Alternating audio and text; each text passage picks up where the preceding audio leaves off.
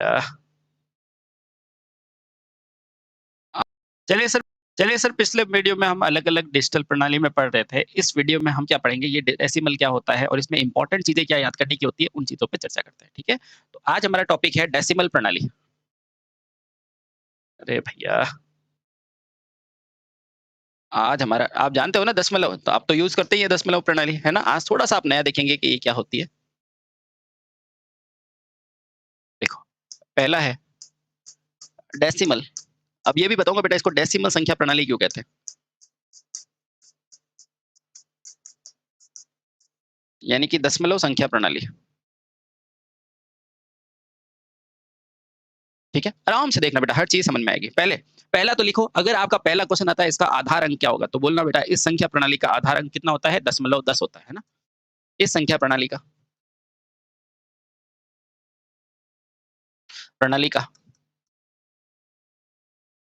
आधार अंक क्या होता है? 10 होता है। क्या पहली चीज़ क्लियर हो गई? आप कहेंगे हाँ सर हो गई। दूसरा पॉइंट, अब इस संख्या प्रणाली में कौन-कौन से अंक होते हैं बेटा, वो भी क्वेश्चन आता है। तो लिखना बेटा इस संख्या प्रणाली में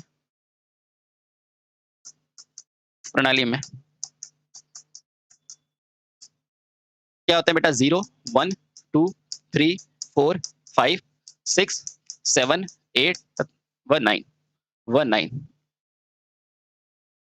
अंकों का प्रयोग होता है। अंकों का प्रयोग होता है। बोलो क्लियर है? आप कहेंगे हाँ सर बिल्कुल क्लियर है। ठीक है? चलिए अगला। अब लिखना बेटा आम गणितीय प्रचलन में सदैव इसी संख्या प्रणाली का प्रयोग किया जाता है। तो लिखना आम गणितीय, जैसे कि अपन मैथ्स वगैरह पढ़ते हैं ना, तो इसी का यूज़ होता है। तो लिखना आम तौर पर गणितीय संक्रियाओं में गणितीय संक्रियाओं में इसी इसी संख्या प्रणाली का प्रयोग होता है। संख्या प्रणाली का प्रयोग होता है। आम गणितीय संक्रियाओं में बेटा इसी दशमलव प्रणाली का प्रयोग होता है। अब ये होगी क्या वो देखते हैं ना। अच्छा, पहले ये समझ में आ गया? आप कहेंगे हाँ आ गया। अब इसका निरूपण देखो कैसा है। तो इसका निरूपण कैसा होता है, देखो मैं बताता हूँ। अगर मान लो ये एक सीधी रेखा है ना? मान लो एक सीधी रेखा है, ठीक है? बहुत सही। अब इस रेखा में यहाँ पर कोई मार्क होगा, यहाँ कुछ होगा, यहाँ कुछ होगा, यहाँ, यहाँ, यहाँ। देखना बेटा, है ना? अगर मैं मान लेता हूँ ये मेरा मध्य बिंदु है 0, है ना? अच्छा, तो एक भाग होगा इसका लेफ्ट भाग, एक भाग कौन-सा होगा? राइट भाग। देखना। तो अगर मैं मान लेता हूँ ये मेरा क्या है? दशमलव बिंदु है, 0 है ना? तो इस तरफ भी एक हिस्सा होगा और एक हिस्सा किस तरफ रहा होगा? इस तरफ। ठीक है? बहुत बढ़िया। अब इसके इस संख्या पद्धति को पता है दशमलव क्यों बोलते हैं? बिल्कुल, क्योंकि इसमें क्या होता है? बेटा एक बिंदु होता है, इस बिंदु को क्या बोला जाता है? इस बिंदु को मेरे दोस्त बोला जाता है दशमलव बिंदु। क्या बोला जाता है? दशमलव। इस बिंदु को क्या बोला जाता है? तो आप कहेंगे सर इस बिंदु को क्या बोलोगे? तो आप अरे रुक यार, ये लिखा क्यों नहीं जा रहा है?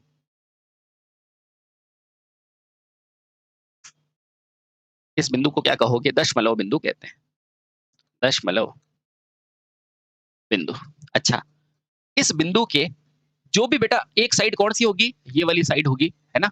जिसे कहेंगे दाईं ओर की भुजा, और बेटा एक साइड होगी ये, जिसको कहेंगे बाईं ओर की भुजा। अभी देखना बेटा बहुत मज़ा आएगा। ठीक है? चलो, अब देखो, ये बीच का बिंदु कौन-सा है? दशमलव बिंदु है, ठीक है? बहुत सही। अच्छा, इसके इसके लेफ्ट साइड जो भुजा है, इस बिंदु के लेफ्ट साइड की भुजा को क्या बोला जाता है? पूर्णांक भाग। क्या बोला जाता है? पूर्णांक भाग। आराम से देखना। इसके लेफ्ट भाग को क्या बोला जाता है? पूर्णांक भाग।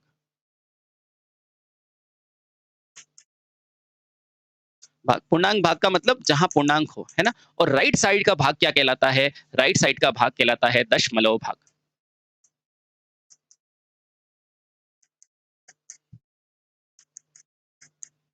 क्या कहलाएगा? दशमलव भाग। अच्छा, अभी और मज़ा आएगा देखना, है ना?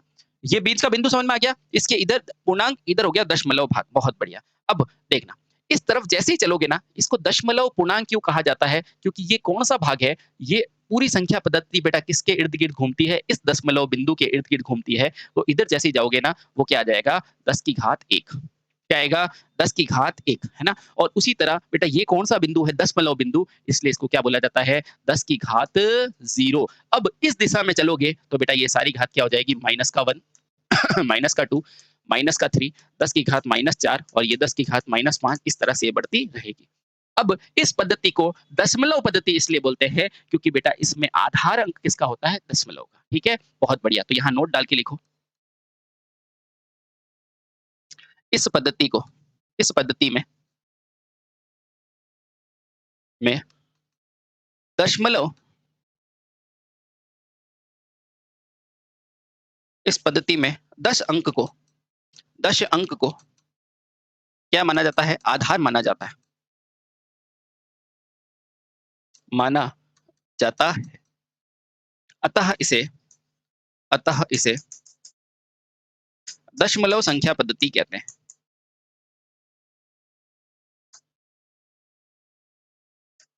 पद्धति कहते हैं। देखो गौर से देखो, सबके नीचे बेटा क्या है? 10 10 10 10 10 और ऊपर देखो 0 1 -1 -2 -3 सब दिख रहा है ना? आप कहोगे हाँ। उसी तरह इस दिशा में चलेंगे तो सब प्लस हो जाएगा, देखना 10 की घात 2, 10 की घात 3, 10 की घातें 4, 10 की घात 5 और इस तरह से ये बढ़ता जाएगा। अच्छा, तो सर थोड़ा-सा और अगर बताएँ तो इसको और कैसे पूछ सकता है? तो ध्यान रखना बेटा, हर बिंदु चाहे इससे ये ले लो, तो यहाँ से जब आएगा ना, इसका मतलब क्या है? ये 10 से गुणा हो रहा है। देखो करके देखो, अगर मैं 10 की घात -5 में बेटा अगर 10 की गुणा करूँगा, तो गौर से देखना बेटा क्या बनेगा? ये जब भी ऊपर -5 होता है ना, तो नीचे आके क्या हो जाता है? प्लस का 5 हो जाता है और इंटू 10 करोगे। जब इसको काटोगे ना, तो 1/4 आएगा और यही ऊपर जाके क्या आ जाएगा? 10 की घात -4। क्या ये संख्या आई? आप कहोगे आई। अब देखना बेटा, उसी तरह जब मैं यहाँ से फिर से जाऊँगा, तो ये इंटू 10 ही हो रहा है। फिर से यहाँ जाऊँगा, तो ये इंटू 10 ही हो रहा है और यही संख्या आगे चलती-चलती हर में क्या हो रहा है बेटा? 10 का ही गुणा हो रहा है। और क्योंकि ये 10 का गुणा होता है, 10 का आधार होता है, 10 का बेस होता है, इसीलिए बेटा इस संख्या को क्या बोला जाता है? दशमलव संख्या प्रणाली बोला जाता है। इसका नाम, ठीक है? समझ में आया? आया। कोई भी उठा के देख लो, कोई भी चेक कर लो। देखो, ये जो है ना, इसको भी देख लो कि जब 10 की घात 2 है बेटा, 10 से गुणा करोगे तो ये आ जाएगा। फिर इसमें 10 का गुणा करोगे तो ये आ जाएगा। इसमें 10 का गुणा करोगे तो ये आ जाएगा। कोई भी उठा के देख लो बेटा, हर किसी के अंदर 10 के गुणा करने पर ही चीज़ें आ रही है। इसीलिए इसको बोला जाता है दशमलव संख्या प्रणाली। बोलो ठीक है? ठीक है। आराम से देखो इसको। चलिए, बहुत ही बढ़िया। ठीक है? अब मुझे ये बताओ, एक बिंदु जो है वो यहाँ प्राप्त होगा, कहीं पे, बहुत बढ़िया।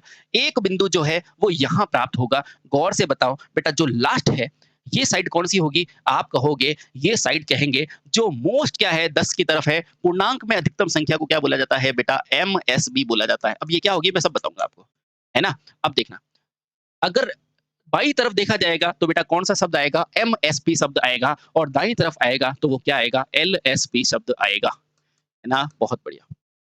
सर ये एमएसबी क्या है? ये एलएसबी क्या है? तो बेटा एमएसबी को बोलते हैं मोस्ट सिग्निफिकेंट बिट। क्यों? क्योंकि ये पूर्णांक है ना, इसलिए इसको क्या बोला जाता है? मोस्ट सिग्निफिकेंट सिग्निफिकेंट कौन-सी? बिट, है ना? हिंदी में लिखो बेटा, मोस्ट को बोला जाता है अधिकतम, अधिकतम, अधिकतम और सिग्निफिकेंस को बोलते हैं सार्थक और डिजिट को बोला जाता है अंक, है ना? तो आपको पूछेगा मोस्ट सिग्निफिकेंट क्या होगा? तो आप बोलोगे पूर्णांक की अधिकतम संख्या। उसी तरह बेटा एक होता है एलएसबी, जिसे कहते हैं लीस्ट सिग्निफिकेंट बिट। क्या कहा जाता है? लीस्ट सिग्निफिकेंट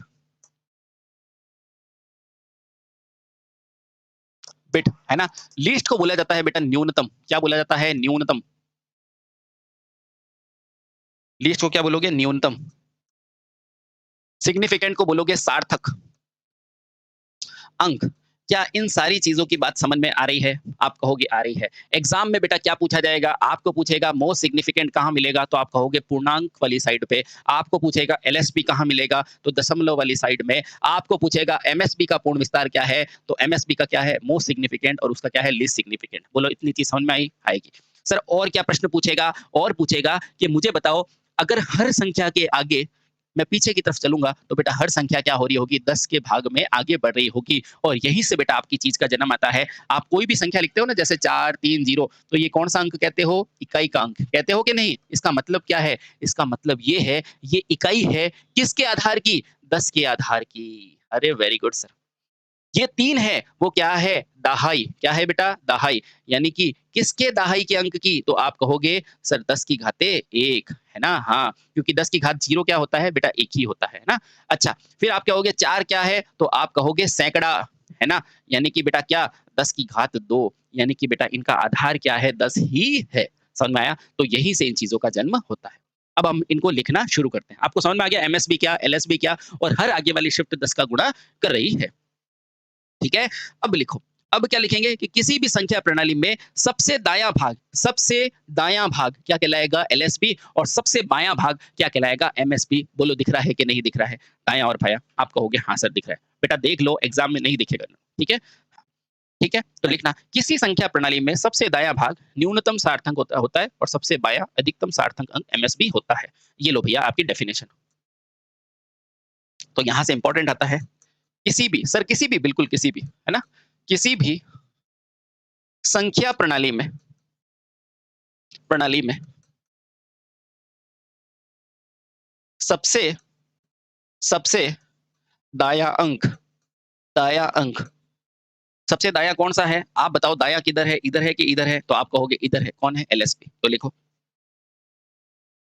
कि दायाँ अंक क्या होता है बेटा? एलएसबी होता है जिसे न्यूनतम सार्थक सार्थक यानी कि जो हो सके, है ना? सार्थक अंक और कभी-कभी बेटा इंग्लिश में भी बोला जाता है इसलिए इंग्लिश पे लिख लो वहाँ पे, है ना? लीस्ट सिग्निफिकेंट सिग्निफिकेंट बिट कहा जाता है। ठीक है? बहुत बढ़िया। अब सेकंड पॉइंट लिखो बेटा अगला क्वेश्चन क्या लिखेगा कि तो बताओ एमएसबी क्या होता है? तो एमएसबी की डेफिनिशन लिखो। किसी भी संख्या प्रणाली में सबसे बायाँ अंक सबसे बायाँ अंक सबसे बायाँ अंक एमएसबी होता है होता है जिसे जिसे अधिकतम सार्थक अंक यानी कि मोस्ट सिग्निफिकेंट बिट कहा जाता है। मोस्ट ये फुल फॉर्म पूछ सकता है ध्यान रखना। मोस्ट सिग्निफिकेंट बिट कहा जाता है। बेटा अभी तो आपको आसान लग रहा है, मैं बता रहा हूँ एग्ज़ाम में गलत हो जाएगा इसलिए पहचाननी सीखो कि जब सबसे बायाँ अंक होगा उसे एमएसबी कहेंगे, सबसे दायाँ होगा उसे एलएसबी कहेंगे। ठीक है? बहुत बढ़िया। एक पॉइंट और लिखो, अतः डेसिमल संख्या में यदि एलएसबी से एमएसबी की ओर जाते हैं तो बेटा क्या होता है? प्रत्येक संख्या 10 के गुणांक में बदलता है। यदि हम क्या करते हैं बेटा, हम एलएसबी से एमएसबी देखो इधर से इधर जा रहे हैं ना, तो प्रत्येक संख्या में क्या है 10 के गुणांक में चीज़ें बढ़ती है। तो अगला पॉइंट लिखो। कौन-सी पद्धति में? ये किसी में भी नहीं, सिर्फ दशमलव में। यदि ये सब क्वेश्चन आए हुए हैं। यदि दशमलव संख्या प्रणाली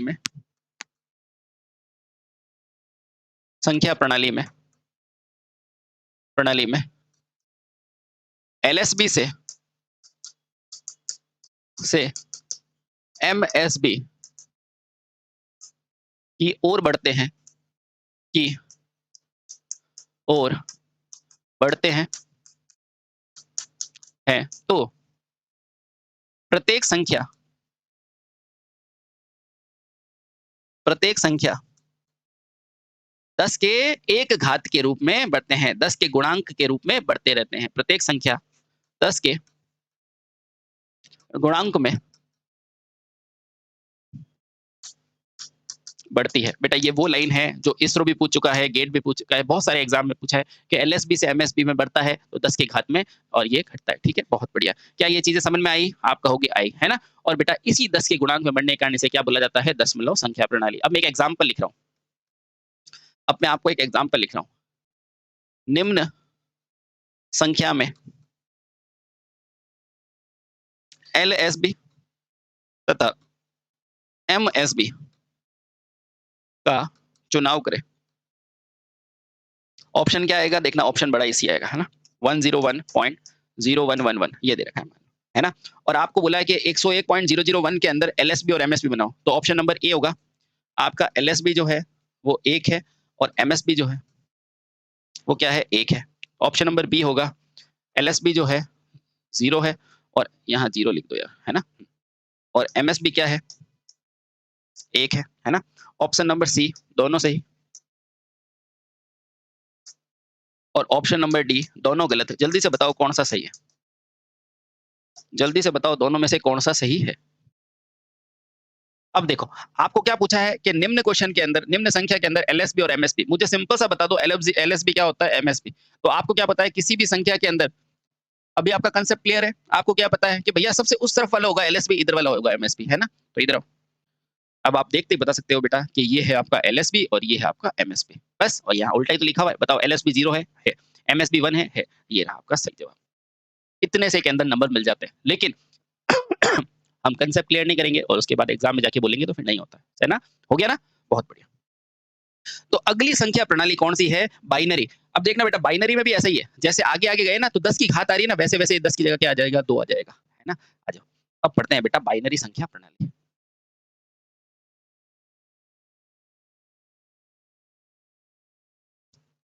बाइनरी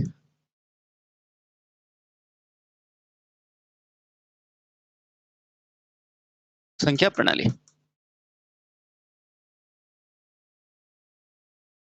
बाइनरी संख्या प्रणाली, है ना। अब चलो, अब क्या करेंगे, देखो बेटा, अब ये बाइनरी कहाँ यूज आती है, तो वर्तमान में बेटा कंप्यूटर के अंदर यही प्रणाली यूज होती है, सीआरओ के अंदर यही प्रणाली यूज होती है। ठीक है, तो लिखो बेटा सामान्यतः कंप्यूटर संख्या प्रणाली पद्धति पर यह आधारित होती है। ठीक है, लिखना बाइनरी संख्या क्या होती है, जो 0 और 1 पे चलती है ना। बहुत बढ़िया। तो सामान्यतः कंप्यूटर जो होता है वो बाइनरी पर ही आधारित होता है, तो लिखो सामान्यतः चाहे कंप्यूटर हो, चाहे चाहे कंप्यूटर हो, चाहे सीआरओ हो, सीआरओ होता है ना, कैथोड रे ऑसिलेशन, बाइनरी संख्या प्रणाली पर ही आधारित होती है, प्रणाली पर ही आधारित होती है।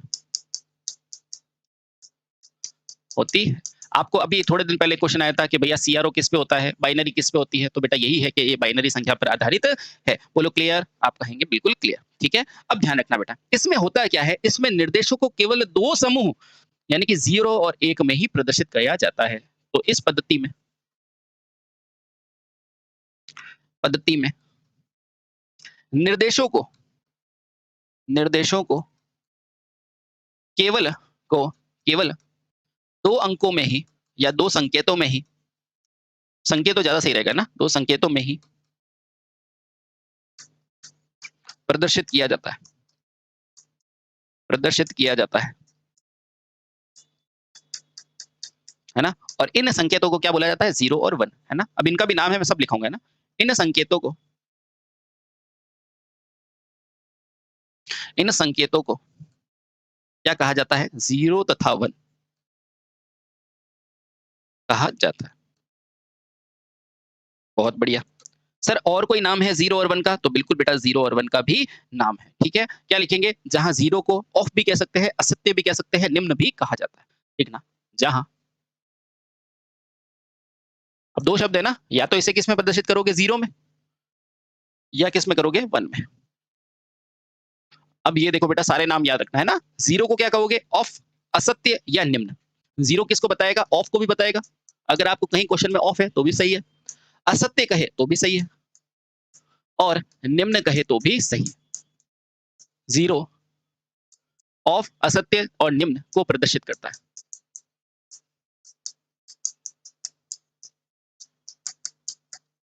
उसी प्रकार जो हमारा 1 होता है ना, वो किसको प्रदर्शित करेगा, जैसे ये ऑफ है ना, तो किसको करेगा, ऑन को। हिंदी में लिख देता हूं ऑन।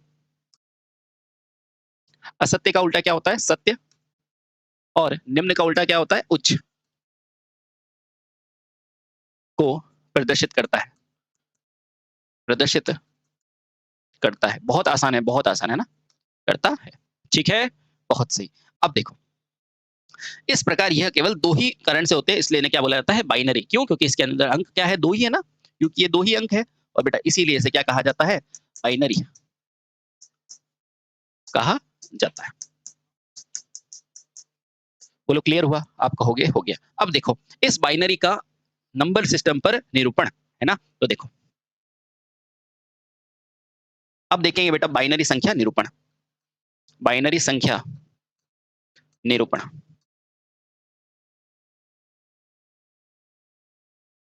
देखो, सबसे पहले फिर से वही एक लाइन खींचो लंबी। सर यहाँ पे भी लेफ्ट साइड वाला एलएसबी होगा? बिल्कुल बेटा, अब तो आप बहुत स्मार्ट हो गए हो, है ना? एक बार अपन ढंग से पढ़ लेते हैं ना तो चीज़ें बहुत अच्छी लगने लग जाती है। ये है एलएसबी यानी कि लीस्ट सिग्निफिकेंट बिट और ये क्या है? ये है एमएसबी यानी कि मोस्ट सिग्निफिकेंट बिट, है ना? और उसके बीच के अंदर सारी लाइन्स होती है। बहुत बढ़िया। अब कोई भी बीच का अंक बेटा अपन ने क्या लिया? ये बिंदु। क्या इसे दशमलव बिंदु कहेंगे? क्या इसे दशमलव बिंदु कहोगे क्या? जैसे आपने इस बिंदु को क्या बोला था? इस बिंदु को क्या बोला था? दशमलव बिंदु बोला था कि नहीं बोला था? आप बोलोगे हाँ। इस बिंदु को मैंने क्या बोला? दशमलव बिंदु। ध्यान रखना इस बार दशमलव नहीं आके क्या आएगा? बाइनरी बिंदु। बेटा ये क्वेश्चन पूछे जाते हैं फिर गलत मत करके आना। ईज़ी समझ के बेटा गलत मत करना। ये कौन-सा बिंदु कहलाएगा? तो आपको पूछेगा बाइनरी संख्या का मध्य बिंदु कौन-सा है? और अपन जोश-जोश में क्या लिखेंगे? दशमलव बिंदु। गलत, बाइनरी बिंदु। अरे! ध्यान रखना बेटा ये बहुत छोटा लग रहा है आपको लेकिन है नहीं। आपको कोई पूछेगा कि ये इसका मध्य बिंदु कौन-सा होता है? तो उसको बोलना है इसका मध्य बिंदु बाइनरी बिंदु होता है। ये कौन-सा बिंदु है? तो उनको बोलना ये बाइनरी बिंदु है। ये दशमलव बिंदु नहीं है। इसे क्या कहते हैं बेटा? बाइनरी बिंदु। बोलो सही? आप कहेंगे बिल्कुल सही। अब इस बाइनरी हिस्से के भी बेटा क्या होगा? लेफ्ट और राइट, है ना? इसका राइट वाला भाग क्या कहलाएगा? दशमलव या भिन्न रूप क्या कहेगा? भिन्न भाग। भिन्न क्या होता है? जो p बाई q के रूप में होता है ना बेटा उसे कहते हैं भिन्न, है ना? भिन्न भाग। और कौन-सा भाग? दायाँ। उसी प्रकार बायाँ भाग क्या कहलाएगा? बायाँ भाग क्या कहलाएगा? तो आप कहोगे पूर्णांक भाग। बोलो कोई दिक्कत है क्या? आप कहोगे नहीं सर कोई दिक्कत नहीं है। आराम से देखना, आराम से, है ना?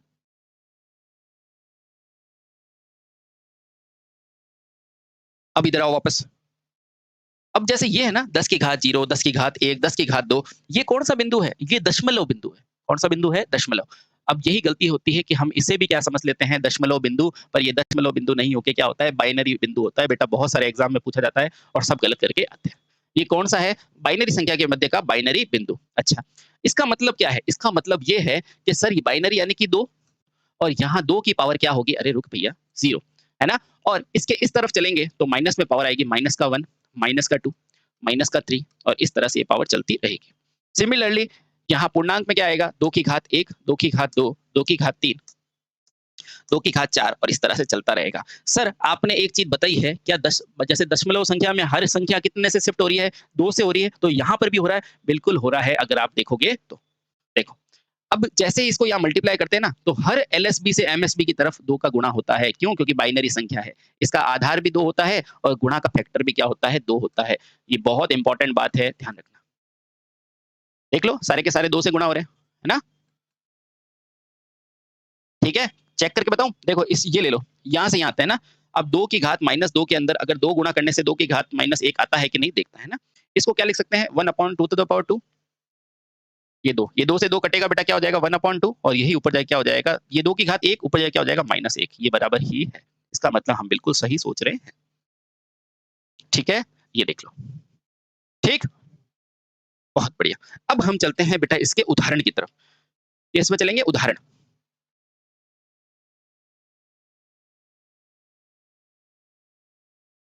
उदाहरण, ठीक है? अब उदाहरण में क्या चलेंगे, अपने को पता है इधर की तरफ लिखेंगे दशमलव, इधर लिखेंगे बाइनरी। आराम से देखो, ये क्या है दशमलव? 1 मिनट रुको। अब देखते हैं उदाहरण। आपकी नॉर्मल संख्या पद्धति कौन-सी है? आप कहोगे दशमलव की, है ना?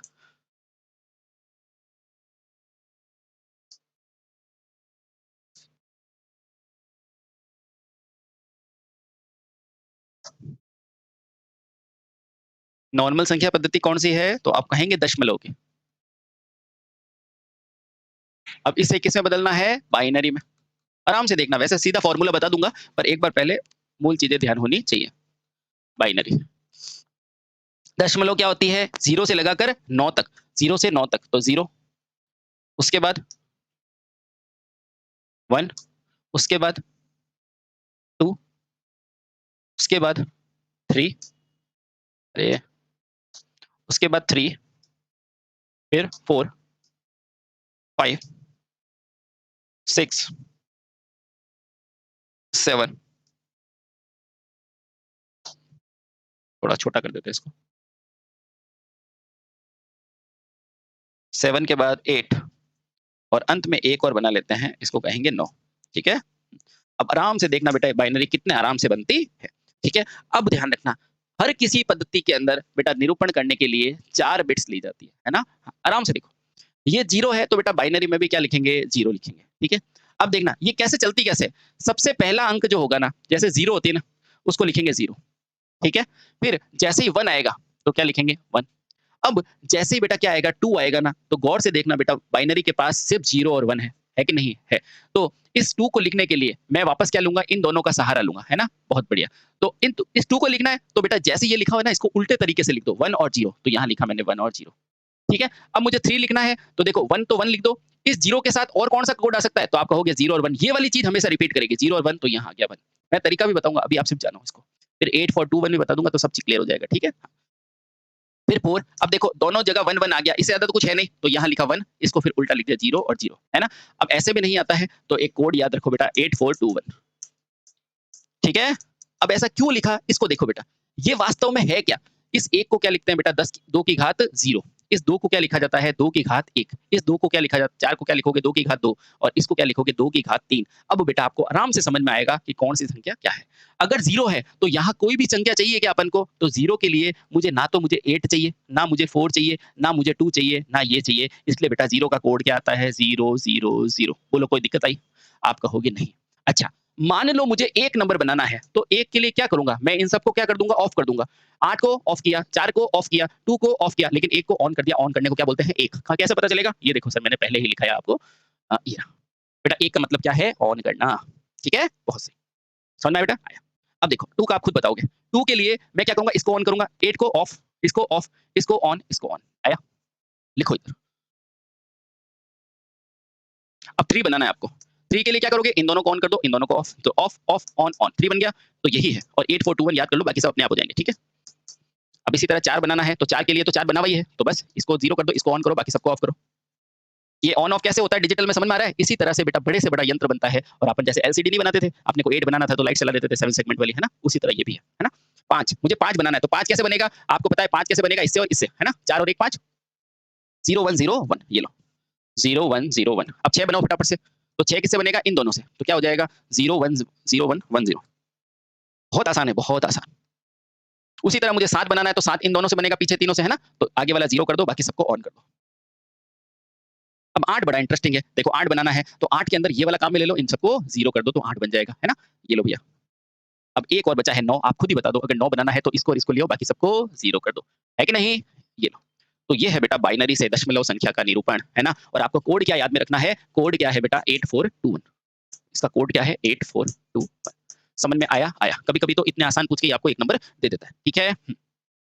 अब जब भी आप कंप्यूटर के अंदर या बड़ी संख्याओं के कार्यक्रम में चलेंगे, तो बेटा वहाँ पर आपको इतनी बड़ी संख्या को भी छोटे रूप में लिखा जाना चाहिए, है ना? तो उसको एक अलग फॉर्म में रिप्रेजेंट करते हैं, उसका लिखते हैं, जैसे कि निबल, जैसे कि बाइट, है ना? अब या तो आप 8 बिट लिखो या 1 बाइट लिख दो, तो थोड़ा खूबसूरत लगेगा ना? बिल्कुल। या तो आप 4 बिट लिखो या निबल लिखो। तो बड़ी संख्याओं को छोटे रूप में अच्छे तरीके से लिखने के लिए इसके कुछ कन्वर्जन्स होते हैं, उनको याद में रखना पड़ता है। अगला लिखो आओ। अगला लिखते हैं बेटा सामान्य कन्वर्जन, सामान्य परिवर्तक, है ना? सीधे-सीधे पूछेगा एग्ज़ाम में, ध्यान रखना। तो पहला परिवर्तक आपको याद रखना है बाइनरी से रिलेटेड, कि 8 बिट को क्या कहा जाता है, ठीक है? ध्यान रखना। ये क्या है? 1 बिट, 2 बिट, 3 बिट, 4 बिट, ये बिट है ना? हाँ, तो यहाँ से पूछेगा 4 बिट को क्या कहा जाएगा? तो ध्यान रखना, 4 बिट को कहा जाता है 1 निबल, है ना? ये ठीक वही उसी प्रकार से यार, कि 2 का स्क्वायर क्या होता है? 4, है ना? उस तरह से शॉर्ट में लिखने के लिए, है ना? आपको पूछेगा 8 बिट बराबर क्या होता है? तो 8 बिट बराबर बोलना बेटा 1 बाइट। बोलो कोई दिक्कत आई? आप कहोगे नहीं, कोई दिक्कत नहीं आई। अब एक नया वर्ड बता रहा हूँ मैं आपको, उसका नाम ही क्या है? वर्ड। तो एक वर्ड बराबर कितना होता है? 16 बिट। एक वर्ड बराबर क्या होता है? 16 बिट। ठीक है? हाँ। अब एक वर्ड के बाद एक और आता है, एक डबल वर्ड। क्या आता है बेटा? एक डबल वर्ड। उसका मान क्या होता है? तो बोलना बेटा। जैसे ये 16 है ना, तो इसका डबल कर लो, तो वो कितना हो जाएगा? 32 बिट। क्या होता है? 32 बिट। ये वो चीज़ें हैं जो एग्ज़ाम में सीधी-सीधी आके आपको नंबर दे जाती है। अब ये क्या चीज़ हो गई? ये हो गया देखो 4 बिट क्या है? एक निबल, 8 बिट हो गया बाइट और ये वर्ड। ठीक है? यानी कि बेटा ये ध्यान रखना, छोटा-सा है, पूछेगा, क्या पता पूछ ले, 1 नंबर दे जाए, है ना? आराम से देखो, कोई दिक्कत नहीं। ठीक है? ठीक है। अब इसी को भी आगे लिख सकता है, जैसे 8 बिट बराबर 1 बाइट होता है और आपको खुद को पता है 8 बिट बराबर क्या होता है बेटा? 8 बिट बराबर या 1 बिट बराबर 1 ओहो! 4 बिट बराबर 1 निबल होता है। इसका मतलब बेटा ये दुगना ही तो है। इसका मतलब मैं ये भी कह सकता हूँ कि 8 बिट बराबर 1 बाइट और निबल कितने? 2। तो 2 निबल। बेटा ये भी पूछा जा सकता है ना? हाँ। ठीक है? तो इस तरह से छोटे-छोटे क्वेश्चन आपसे पूछे जा सकते हैं, ठीक है? अब इस बाइनरी के बेटा अलग-अलग गणितीय संक्रिया होती है, जैसे कि इसको जोड़ा जाता है, घटाया जाता है, वो सब, है ना? तो आराम से देखो, अब पढ़ते हैं बेटा इस बाइनरी की गणितीय संक्रियाएँ कि इसको कैसे-कैसे जोड़ा जाता है, कैसे घटाया जाता है, ठीक है? बहुत बढ़िया। लेकिन उससे पहले आप केवल ये देखो कि इस बाइनरी का रिप्रेजेंटेशन कैसे किया, ठीक है? चलिए, तो अगले वीडियो में बेटा अपन क्या देखते हैं इससे आगे कि बाइनरी को कैसे जोड़ा जाता है, कैसे घटाया जाता है। आराम से शांति से बेटा इन चीज़ों को पढ़ना हो जाएगा, ठीक है? Thank you so much. Bharat माता की जय, वंदे मातरम।